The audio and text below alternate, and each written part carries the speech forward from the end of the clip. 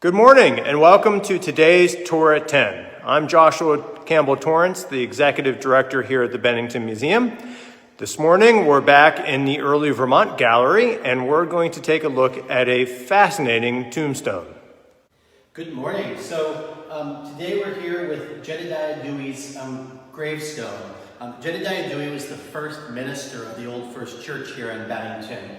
And just for a little bit of background, the very first settlers to arrive and permanently settle here in what is now Bennington came from central Massachusetts and eastern Connecticut. They were religious separatists.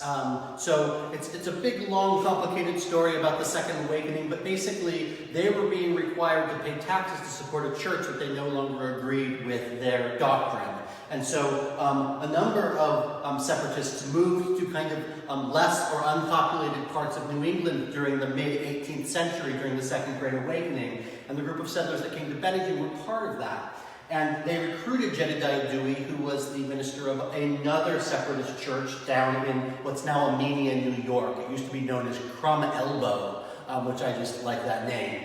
And so Jedidiah Dewey was the minister here from 1763 until he passed away in 1778. And this was a gravestone that was carved for him, and it's got all of the bells and whistles. It was actually signed by its maker. It says made by F.M. Frederick Manning. The Manning was a family, multi-generational family of marble gravestone carvers based out of eastern Connecticut.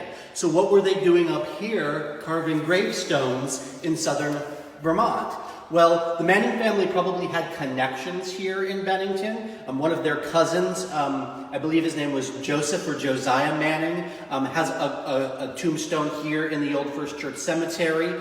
But a lot of the original settlers came from the area around which the Mannings worked, over in the Norwich, Connecticut area. And so there were familial relations. And so these gravestone carvers, like portrait painters and other craftsmen during the period, would be itinerant. And they came up here and they actually used our local stone. So of course southern Vermont is famous for its really high quality, high grade white marble. And carvers like Zerubbabel Collins moved here to southern Vermont just to have access, direct access to this beautiful marble. So the Mannings came up and they carved this stone. And it's wonderful. Not only is it signed by its maker, it's for a prominent early citizen. It has this beautiful carving of what looks like an actual a soul effigy with almost like clerical tabs, a butterfly, possibly a crown, birds, but it also has this amazing epitaph.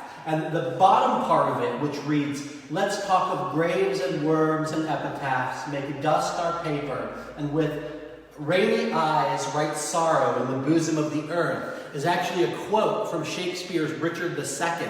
And you'd think, well, that makes sense. Shakespeare's famous. Well, actually, Shakespeare wasn't very popular in Puritan New England in the 18th century, and it wasn't until the 19th century, and kind of the Romantic era, when Shakespeare began to be embraced in America. So this tombstone, which fell over in 2011 and was given to the museum by a direct descendant of Jedidiah Dewey, by Charles Dewey, who many in town will know, who's a furniture maker and on the board of the Cemetery Association. Actually, Charles had a replica of this stone carved, re-erected in its spot over by the Old First Church, and we're lucky enough to have the original 18th century gravestone on view in our Early Vermont Gallery, which helps us tell that story of the earliest settlement here in Bennington. Well, thank you so much, Jamie, for that fantastic description of a slice of our early Vermont history here, and what a beautiful, incredible relic from our past. Thank you so much, and thank you all for joining us and tuning in to our Tours at 10. We're pleased to be able to keep bringing you these during this time of pandemic. If you're enjoying them and liking what we're having to offer in our other social media outlets, we're on YouTube and Instagram, as well as on Facebook, and we've got all kinds of other activities going on, our chats with Jamie, our regular postings. But if you like all of this, please consider supporting us. Like many nonprofits during this time, like many museums, we're doing all we can so that when we are able to open up again, we're able to open up again. And so thank you in advance for that support. Here at the Bennington Museum, during these times of pandemic, we're reminding you to stay strong, stay safe, and stay creative. Until we see you again, have a great day.